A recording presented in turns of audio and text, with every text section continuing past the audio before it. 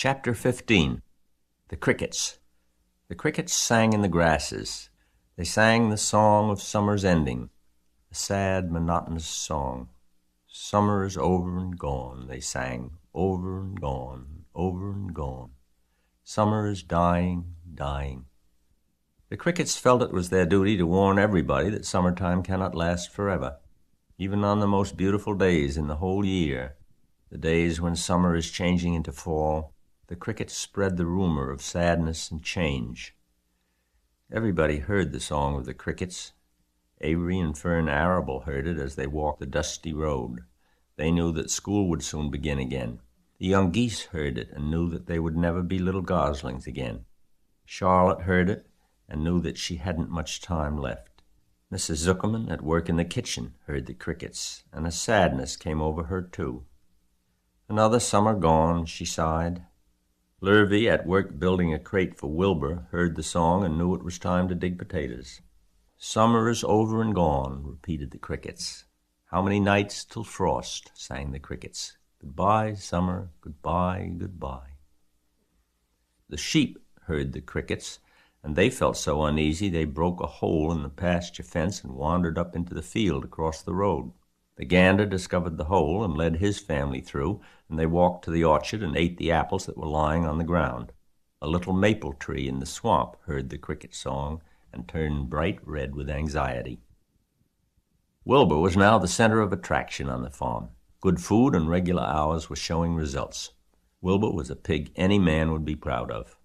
One day more than 100 people came to stand at his yard and admire him.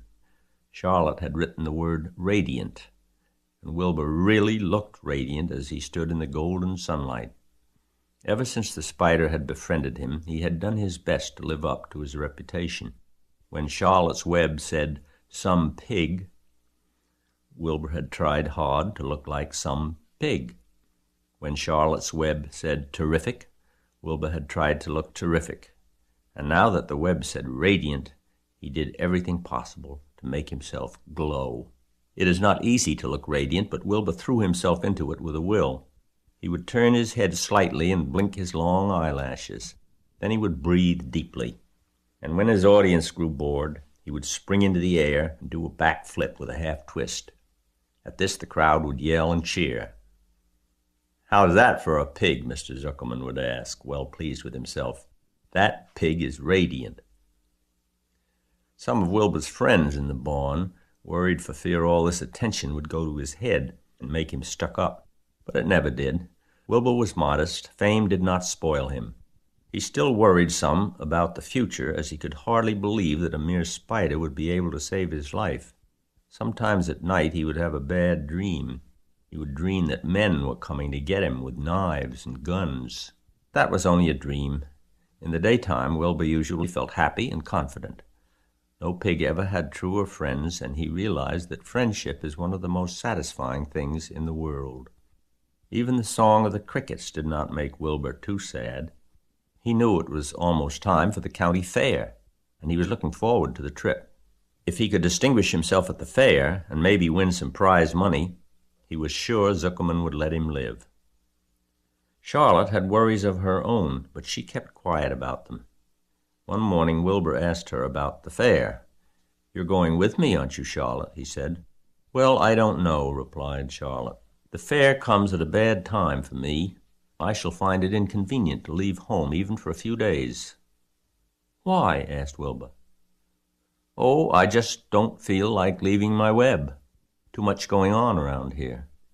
"Please come with me," begged Wilbur. "I need you, Charlotte. I can't stand going to the fair without you. You've just got to come." "No," said Charlotte, "I believe I'd better stay home and see if I can't get some work done." "What kind of work?" asked Wilbur.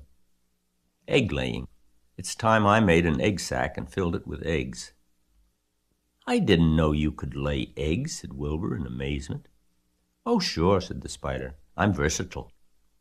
"What does versatile mean? Full of eggs?" asked Wilbur. "Certainly not," said Charlotte. "Versatile means I can turn with ease from one thing to another. It means I don't have to limit my activities to spinning and trapping and stunts like that." "Why don't you come with me to the fairgrounds and lay your eggs there?" pleaded Wilbur. It would be wonderful fun. Charlotte gave her web a twitch and moodily watched it sway. "I'm afraid not," she said. "You don't know the first thing about egg-laying, Wilbur. I can't arrange my family duties to suit the management of the county fair. When I get ready to lay eggs, I have to lay eggs, fair or no fair. However, I don't want you to worry about it. You might lose weight. We'll leave it this way. I'll come to the fair if I possibly can." "Oh, good," said Wilbur. "I knew you wouldn't forsake me just when I need you most." All that day, Wilbur stayed inside, taking life easy in the straw. Charlotte rested and ate a grasshopper. She knew that she couldn't help Wilbur much longer. In a few days, she would have to drop everything and build the beautiful little sack that would hold her eggs.